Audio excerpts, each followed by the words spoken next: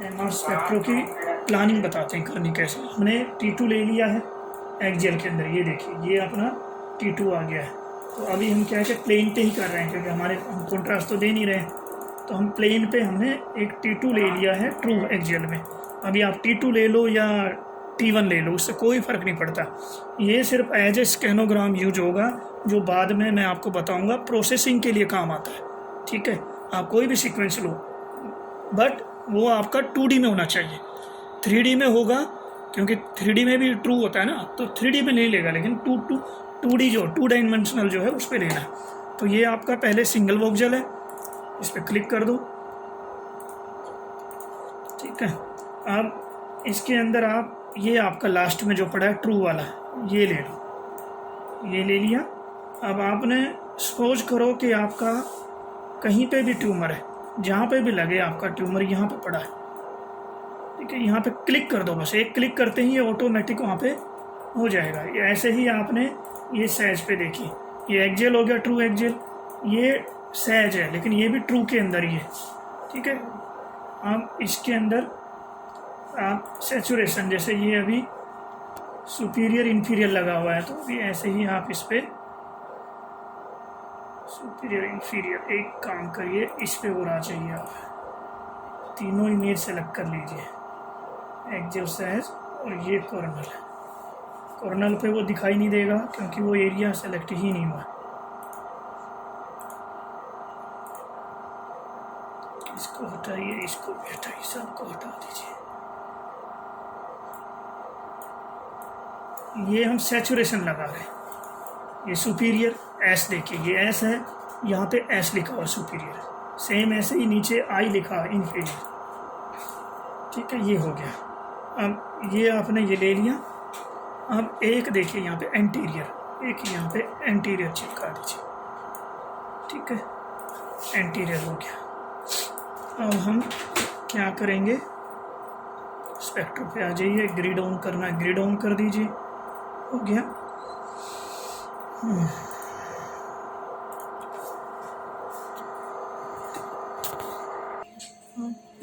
ये आपका यहाँ पे स्टार्ट कर दिया है। ऐसे ही आप आगे पीछे करके देख लीजिए कि कहाँ तक आपका ट्यूमर जा रहा है, और यहाँ पे एंड कर दीजिए। ठीक है, ये हो गया।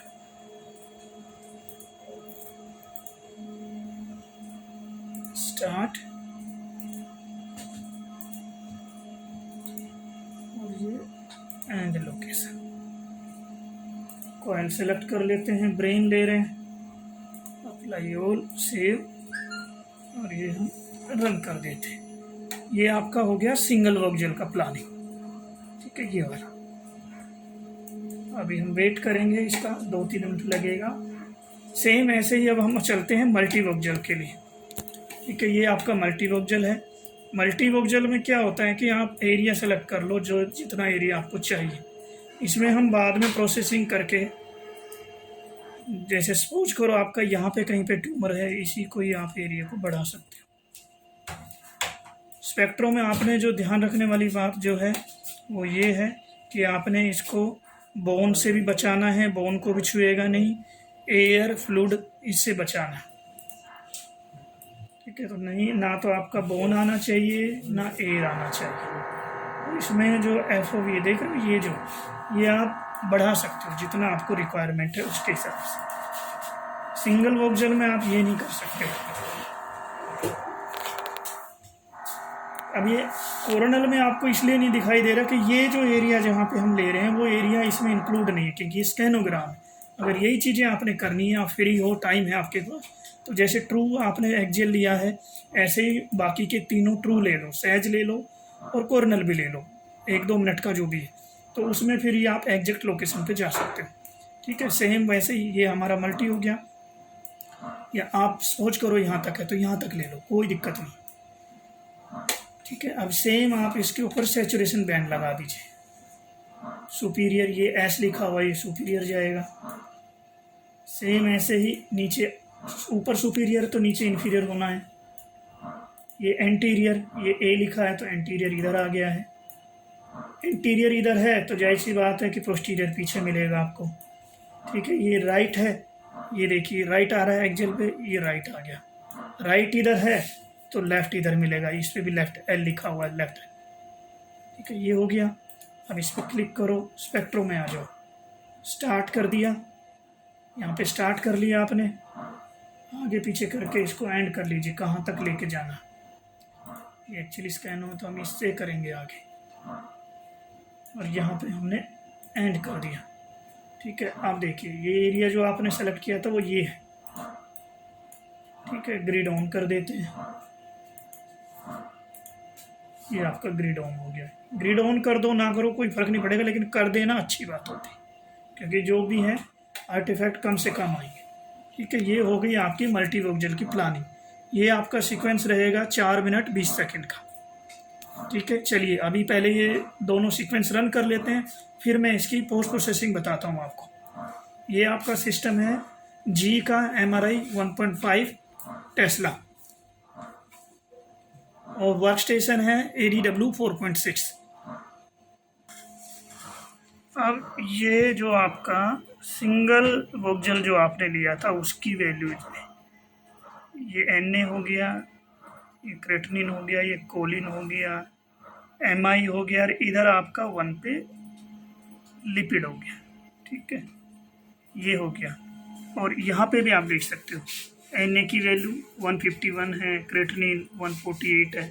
बेसिकली ये पेशेंट नॉर्मल है, इसलिए आपको ये वैल्यू भी नॉर्मल ही मिलेगी। अदरवाइज अगर ये सोच करो ट्यूमर होता तो सबसे ऊपर जो किसकी वैल्यू जाती, कोलिन की जाती, कोलिन सबसे टॉप पे जाता, बाकी सब नीचे रह जाते। तो इसलिए ये नॉर्मल है, इसलिए इसकी वैल्यू भी नॉर्मल आएगी। तो ये आपका हो गया सिंगल वोक्जल। नॉर्मल इसलिए है क्योंकि पेशेंट भी नॉर्मल है, और इसमें कॉन्ट्रास्ट का कोई रोल नहीं होता। कॉन्ट्रास्ट सिर्फ इसलिए है कि आप एक जगह से जो ट्यूमर है उसको एग्जैक्ट लोकेट कर सकें, अदरवाइज कॉन्ट्रास्ट स्पेक्ट्रो में ज़रूरत नहीं पड़ता। स्पेक्ट्रो करते क्यों हैं, वो इसलिए करते हैं कि ब्रेन में जो ट्यूमर जो होता है उस ट्यूमर को डिफ्रेंशिएट करने के लिए कि वो बिनाइन है कि नॉन बिनाइन है। ठीक है, अभी हम आगे करेंगे मल्टी वोक्जल वाली। ये मल्टी वोक्जल है, इसकी प्रोसेसिंग भी मैं अभी आपको बताता हूँ। चलिए दोस्तों, जो हमारा जो मल्टी वोक्जल वाला जो था सीक्वेंस वो ये था, प्रोब SI 144 वाला। ठीक है, एक तो आपने ये सेलेक्ट करना है, कंट्रोल दबा के आपने कौन सा लिया था, एक एक्जेल लिया था T2 एक्जेल ट्रू में, वो ये वाला एक्जेल T2 प्रोपेलर। ये कोई सा भी हो सकता है, T1 हो या T2 हो। इससे मैं बार बार इसलिए बता रहा हूँ कि आपको कन्फ्यूज नहीं होना है कि आपने T1 भी बोला था या T2 बोला था, उससे कोई फ़र्क नहीं पड़ता। आपने लेना है ट्रू के अंदर, तो ये हमने ट्रू में लिया था, ट्रू एक्जेल। इस पर क्लिक किया, कंट्रोल दबा के आपने ये जो मल्टी वोक्जल है इसको सेलेक्ट कर लिया। इसको सेलेक्ट करके फंक टूल में चले जाइए, फंक टूल पे क्लिक किया, इसको भी ओके कर दीजिए। ये देखिए ये आपका आ गया है मल्टी वाला। अब इसको Ctrl+X दबा के इरेज कर दीजिए, जो भी पहले था सब हो गया इरेज। विंडो सेट कर लेंगे। विंडो सेट करने के बाद ये जो पूरी जो विंडो है इसको सेट कर लीजिए, हो गया। अब इसको ये क्रिएट ROI ले लीजिए, यहाँ से क्रिएट ROI ले लिया। इसको थोड़ा सा मिनिमाइज करिए, थोड़ा ज़्यादा बड़ा है अभी। ठीक है, अब इसके नीचे कहीं पे ये देखिए एनोटेशन आ गया। अब इसके अंदर इतने सारे जो मल्टी वोक्जल जो ग्राफ बने हुए हैं, इनको इतना नहीं चाहिए, हमें कम चाहिए, एक चाहिए। तो हम इसको मिनिमाइज कर देंगे। मिनिमाइज इतना करिए कि इसमें ग्राफ जो है इसके अंदर ही रहे और कम हो जाए। अभी भी 2 हैं, थोड़ा और कम कर लेते हैं। ठीक है, ये लो, ये मिनिमाइज हो गया। कम रखोगे तो एक एग्जैक्ट जहाँ पे रखोगे एरर का कम से कम चांस रहेगा। ठीक है, ये देखिए ये एक है, ये भी एक है। अब ये आपकी वैल्यू होगी। अब इसमें क्या करना होगा, मल्टी वोक्जल इसको क्यों बोल रहे हैं, मल्टी वोक्जल इसलिए बोल रहे हैं कि ये एरिया हमने सेलेक्ट कर लिया। सपोज करो यहाँ ट्यूमर था, तो ट्यूमर के साथ में हमने एक नॉर्मल एरिया भी सेलेक्ट किया हुआ है और ट्यूमर भी किया है। तो हम जहाँ जहाँ पे ट्यूमर है वहाँ पे भी रखेंगे, और जहाँ पे नहीं है नॉर्मल है वहाँ पे भी रखेंगे। ये ग्राफ ये सेव कर लो इसको, कि आपने दिखाना है कि कहाँ से लिया है। सेव हो गया। सेम ऐसे ही आके इसको ग्राफ को भी सेव कर लो, ये हो गया। अब जैसे जैसे आप इसकी लोकेशन चेंज करोगे, ये देखिए पैरामीटर भी चेंज होंगे, ठीक है, लेकिन कोलिन नीचे ही रहेगा अगर नॉर्मल है तो इस तरह से आपने रेडियोलॉजिस्ट को दिखा के वहाँ का ग्राफ दे देना। ये आपकी हो गई MR स्पेक्ट्रो की मल्टीवोक्सल की पोस्ट प्रोसेसिंग, ठीक है। और कोई भी डाउट हो, कुछ भी हो तो आप कमेंट बॉक्स में जाके अपने सवाल डाल दीजिए। Thank you.